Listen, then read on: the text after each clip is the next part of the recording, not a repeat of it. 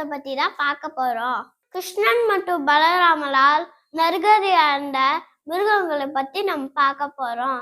நான் அவங்க பேரை சொல்லுவேன், நீங்க அந்த மிருகம் யாருன்னு கண்டுபிடிச்சு சொல்லுங்க.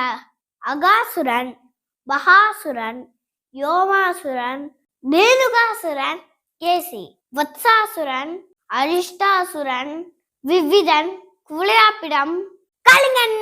இப்ப நான் அதுக்கு கேள்வி கேட்டு முடிச்சிட்டேன். நீங்க இதெல்லாம் எந்த மிருகம்னு கமெண்ட்ல போடுங்க. நான் இதுக்கான விடைகளை அடுத்த வாரம் சொல்றேன். இப்ப நம்ம போன வாரத்துக்கான விடைகளை பார்ப்போம். மகா சிவராத்திரி எந்த மாதத்தில் நடக்கும்? மாசி மாசம் வரும். சிவனோட ஜடாமுடியில எந்த நதி இருக்கும்? கங்கை.